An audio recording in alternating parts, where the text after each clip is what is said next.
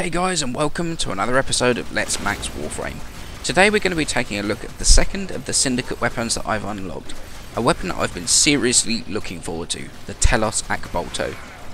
Now I've not actually done a review of the standard Akbolto, but let's have a quick look at the stats of the Telos Akbolto and compare them with the original.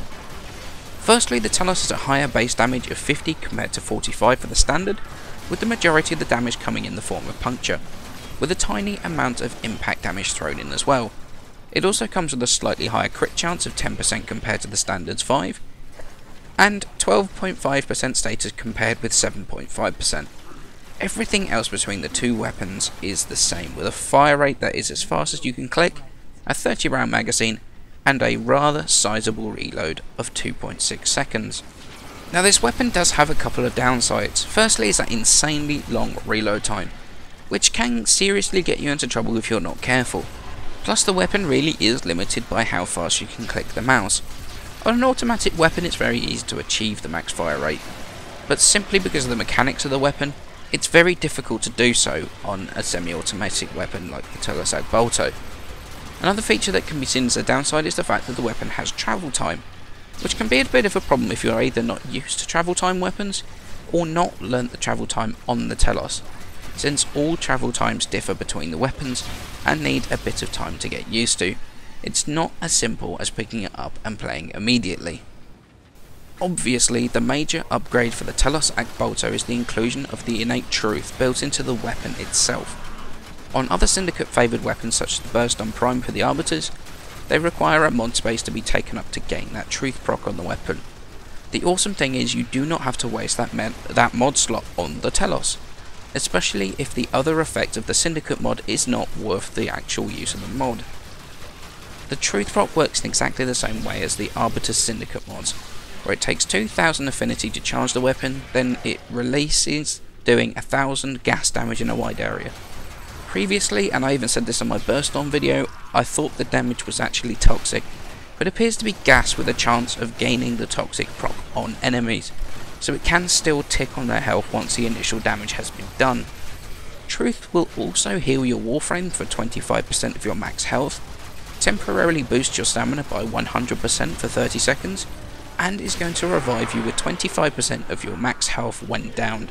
So this can be an awesome way to revive in missions where teammates can actually not get to you in time. Okay, so let's move on to starting to mod the Telos Akbolto. Now the weapon does come with two polarities as standard, a dash and a D. However, the first thing I did was remove that D slot. There isn't enough mods in the game that are worth having that D slot to actually make it useful. So I changed it into one of the V polarities and added 3 other former as well. So we end up with 3 Vs and 2 dashes for this build. Now we've got 3 mods that are going to remain the same throughout all 3 of our builds.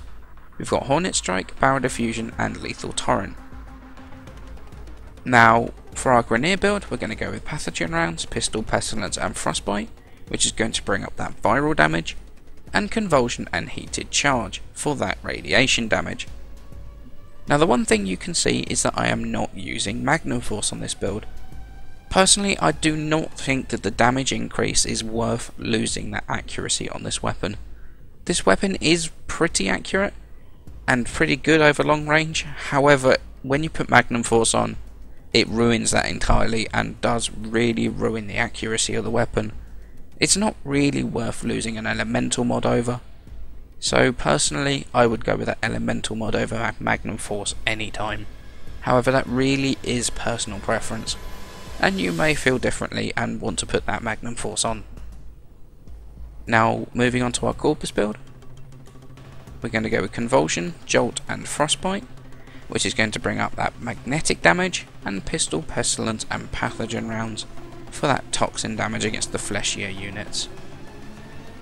Now for the Void build we're going to go with Convulsion, Pistol, Pestilence and Pathogen Rounds, which is going to all combine to make that corrosive damage. And because we've got corrosive as our first elemental here, putting Pathogen Rounds at the end here doesn't matter, and it is going to just add into those and will not combine with the Deep Freeze and Frostbite.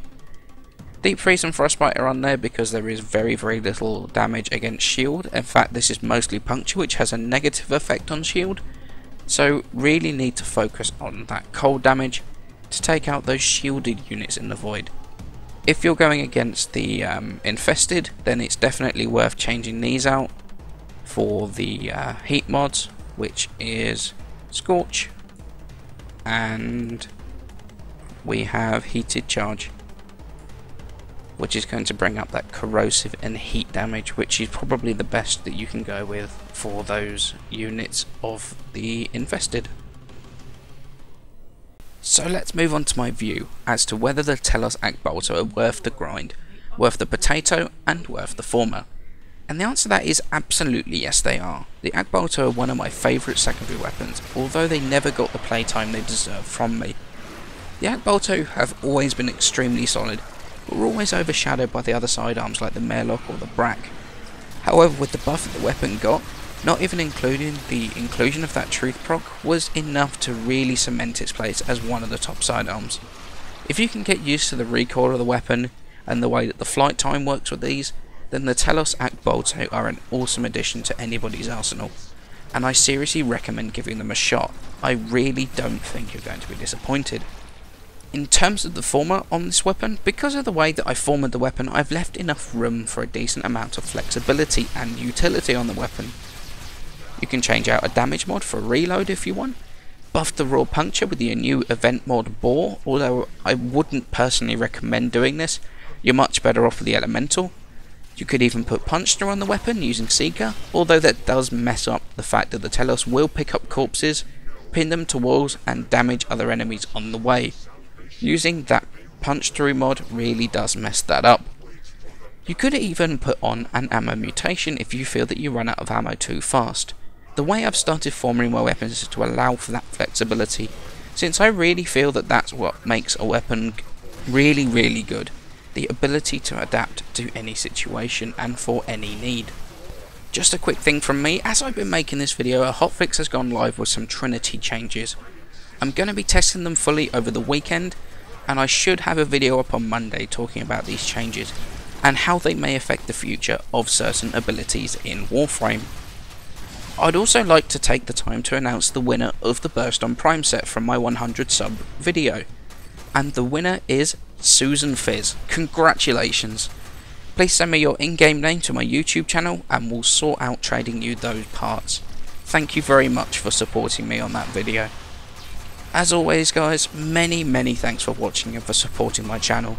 The growth has been incredible over the last few weeks, so please leave a like and subscribe, it helps me out a ton, and I shall see you in the next episode.